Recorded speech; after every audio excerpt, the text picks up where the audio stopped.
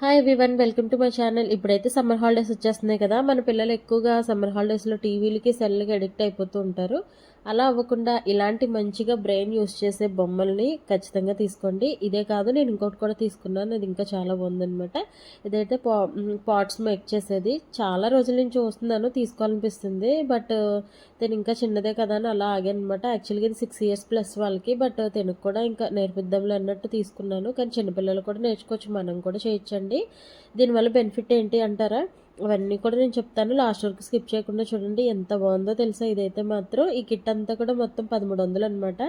మనం ఒక వేస్ట్గా బట్టలు అవి ఇవి కొంటూ ఉంటాం పిల్లలకి, కానీ యూజ్ అయ్యేది ఒక్కటి కొనుక్కున్నా కూడా మంచిదే కదండి. వాటికన్నా కూడా ఇలాంటివి కొనడం చాలా మంచిదనమాట. 1300 అని అనుకుంటాము, కానీ ఇది ఎంత యూజ్ఫుల్లో తెలుసా. ఇందులో అయితే ఒక మాన్యువల్ ఇచ్చారు, అండ్ కలరింగ్కి ఇచ్చారు, ఈ విధంగా ఇచ్చారు, ఇన్స్ట్రక్షన్స్ ఇచ్చారు, మట్టి అనేది ఇచ్చారనమాట. అదన్నీ కూడా చదివి నేను స్టార్ట్ చేశాను. యాక్చువల్గా అయితే ఇది వెనకాల పెద్ద పెద్ద బ్యాటరీస్ వచ్చాయన్నమాట.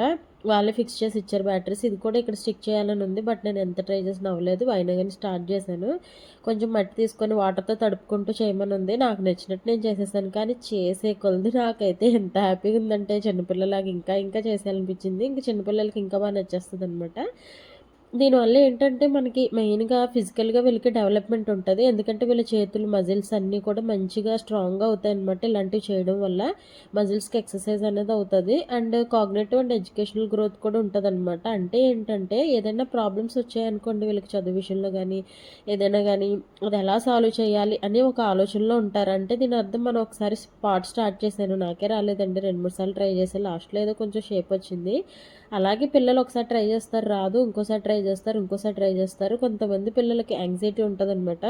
ఏదైనా స్టార్ట్ చేసామంటే అయిపోవాలి, వెంటనే సక్సెస్ వచ్చేయాలి. అలాంటి వాళ్ళకి ఒకసారి చేసారు రాలేదు, ఇంకోసారి వస్తుంది. అంటే పేషెన్స్ అనేది కూడా డెవలప్ అవుతుంది అనమాట.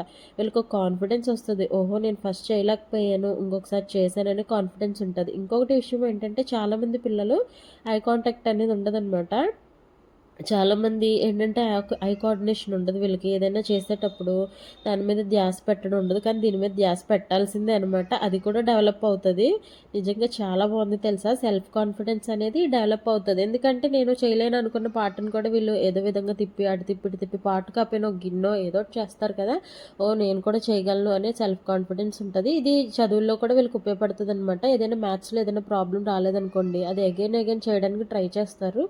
సో ఒకసారి ఫెయిల్ అయ్యారు అనుకోండి, ఇంకోసారి పాస్ అవుతారు. ఒకసారి సెకండ్ క్లాస్ వస్తే ఫస్ట్ క్లాస్ వస్తుంది. అలాగా వీళ్ళు ఏంటంటే మరి చదువుల్లో కూడా మంచి డెవలప్మెంట్ ఉంటుంది. అస్తమాలు టీవీ సెల్కి అంకితం అయిపోకుండా సమ్మర్ హాలిడేస్లో ఇలాంటి బొమ్మలు ఏమైనా ఉంటే ఖచ్చితంగా తీసుకోండి.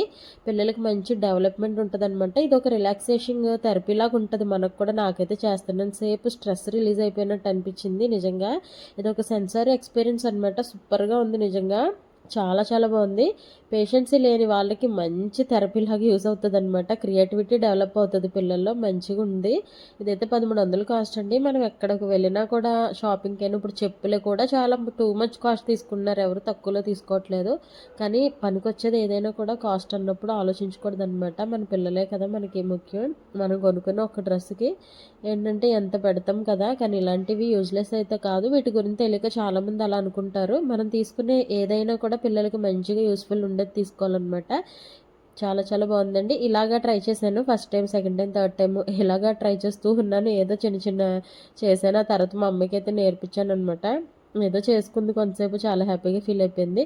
కానీ ఇదంతా క్లీన్ చేయడం మాత్రం కొంచెం ప్రాసెస్సేలేండి, బట్ తప్పదు కదా పిల్లల కోసం. తర్వాత అయితే క్లీన్ చేసేటప్పుడు చాలా టైం పట్టింది. క్లీన్ చేసి పెట్టేశాను. ఆ నెక్స్ట్ డే మళ్ళీ మా హస్బెండ్ ట్రై చేశారనమాట. ఇంక మా హస్బెండ్ అయితే ఇంకా ఏవేవో చేశారు. బాగా చేశాను కదా అన్నారు. బాగా చేసావు, ఇంకేముంది సైడ్ బిజినెస్ పెట్టుకుందాంలే కుండలని నేను అన్నాను అనమాట.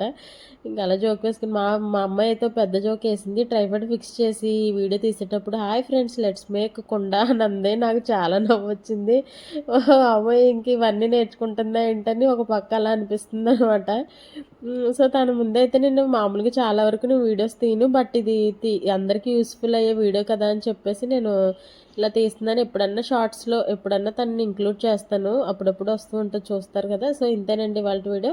ఖచ్చితంగా వీడియో నచ్చితే లైక్ చేయండి. సో చూసారు కదా, మా హస్బెండ్ అయితే ఈ విధంగా చేశారు. తర్వాత ఇదంతా మా హస్బెండ్ క్లీన్ చేశారనమాట. వీడియో నచ్చితే లైక్ చేయండి. Thanks for watching.